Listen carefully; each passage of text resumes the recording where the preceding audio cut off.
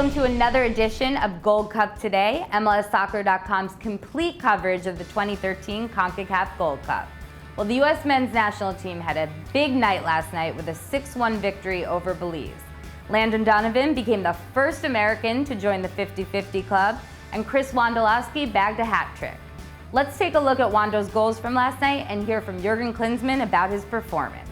And when we return, we're going to have our very own Andrew Wiebe here to help break down the action.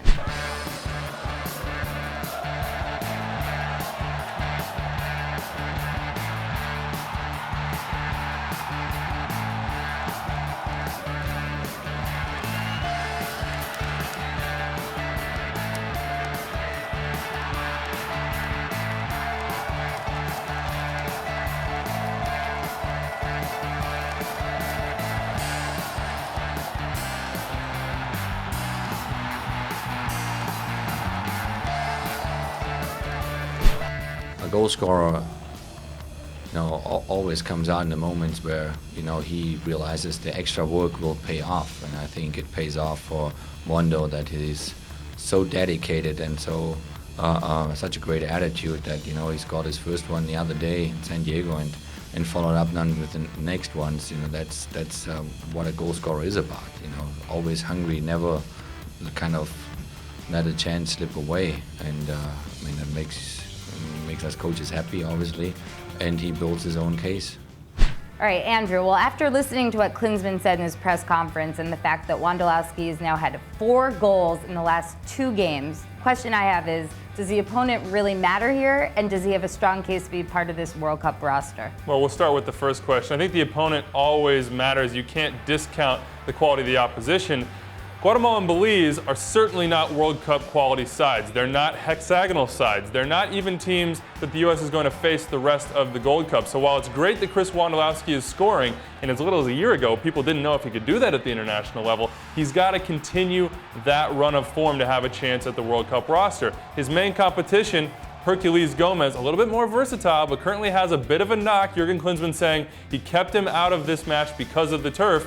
Now, can Wondo hold on to that center forward spot? And if he does, can he keep scoring goals? If he can do that, I think he puts himself in a great place to be a part of the camps for the upcoming qualifiers. And if he can keep scoring goals as a part of that group, then you never know. With a year left until Brazil, it's all about form. If he's in top form and Gomez is waffling between, he's got a great shot at Brazil.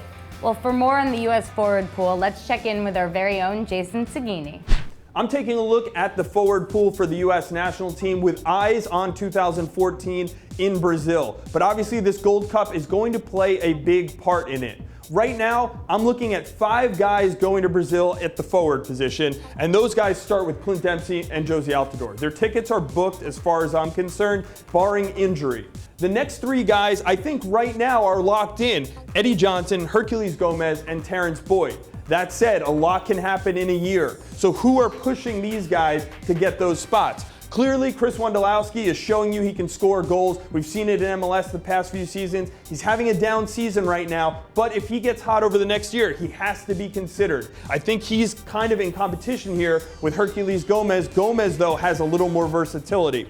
Landon Donovan, he's pushing now as a forward, because when you saw him before, he could play outside mid, he could play attacking mid. Now it looks like the Landon Donovan that we're seeing today is a forward. So how does he push his way into this mix over the course of the next year? The other guy that I have here might be a guy you're thinking, he's in the wrong ring. He should probably be in blue. But Juan Agudelo, for me, is the guy who has the biggest chance of pushing his way into one of these inner rings over the course of the next year. He's still young. We've seen him do some great things. If he gets hot and does it over the course of a year, Jurgen Klinsmann is going to have to consider taking him to Brazil. Now look, there's a lot more names here on the outside of the circle, and I could probably even add a ton more. The reason that they're there, though, is when you go back to 2009, Charlie Davies was in one of these 2 inner circles, and Robbie Finley was nowhere to be found, and he ended up playing a big part for the U.S. national team in 2010. Can any of these guys on the outside push their way to that inner circle over the next year? Well, we're going to have to wait and see how that competition plays out in the next few months. But Andrew, as we know, offense is not an issue for the U.S. team. But one cause of concern has been their defense on set pieces, where they let the one goal through last night. Should Klinsmann be concerned? Yeah, he should be concerned. Now, he should not be panicked. This thing is going to happen. You're going to miss a mark. A pick is going to get in the way of your run. In this case, you simply cannot allow a man to be unmarked in the 6-yard box. A good finish, but you have to expect in the next few days at training, Jurgen Klinsmann is going to make this a focus against teams upcoming. Cuba, Costa Rica, maybe even Panama, Mexico down the line. They're going to be more organized. They're going to be better in those situations, and the U.S. simply cannot have these breakdowns happen again. So I think you'll see in the next few days that this will be cleaned up in the upcoming games. There'll be a much bigger focus placed on that defensively. We're a little upset we conceded off of a set piece, and that's something that we can improve on for the next game. And we talked about at halftime in terms of making sure we're a little sharper on that. But we'll just keep getting better in different areas. And I don't think anyone's over exuberant about winning tonight. It's more of we've had a good professional performance tonight, and it's time to look to the next one now. Well, the U.S. weren't the only ones to get a win last night. Costa Rica beat Cuba 3-0. And Andrew, what can the U.S. team learn from this game? Well, I think they learned plenty. We'll start with Cuba. You can expect more of the same that they saw against Belize. Cuba is going to bunker. They're going to force you to win the game from the wings. They were also a little bit dangerous. The question was, do they have the finishers in the box? Against Costa Rica, they certainly did not, but we saw them create quite a few chances. That speaks to the Costa Ricans. Defensively, they weren't the most confident group, and it took them until the second half to really get going in the attack. The big concern for them, Alvaro Saborío and Arrieta, not particularly active. Saborío in particular, not having his best game. Arrieta gets the second goal, but fairly quiet otherwise. The big star for Costa Rica, clearly Michael Barrantes. That left foot is absolutely magnificent. 2 goals for him, those coming after he moved from central midfield to the left wing when Rodney Wallace exited. You can bet, though, against the U.S., he will not have that kind of space. Jurgen Klinsmann certainly will put a red flag on him. Somebody will close him down and prevent him from getting those opportunities at the top of the box. Still, though, it's going to be a more difficult task. Cuba and Costa Rica, better teams than Belize. The U.S. is going to have to use all their resources to be able to get out of this group. The games are going to come fast and furious, and they're going to get harder, and we want to make sure that we go from strength to strength in this tournament. I think the way that the coaches have set up our training and how we're managing our minutes and all of that, then we should be ready to go. Well, this is a tournament of attrition, and fortunately we have a roster of 23 guys that are all very capable, so no team can play the same 11 guys for 5 or 6 straight games if you get there.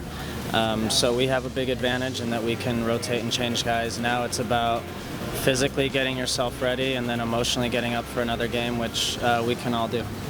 Well, Andrew, thanks for joining us, especially on your birthday. Happy birthday. Thank you. Good to be here. And that's all we have for Gold Cup today, but we're going to leave you with the standings after the first 3 match days.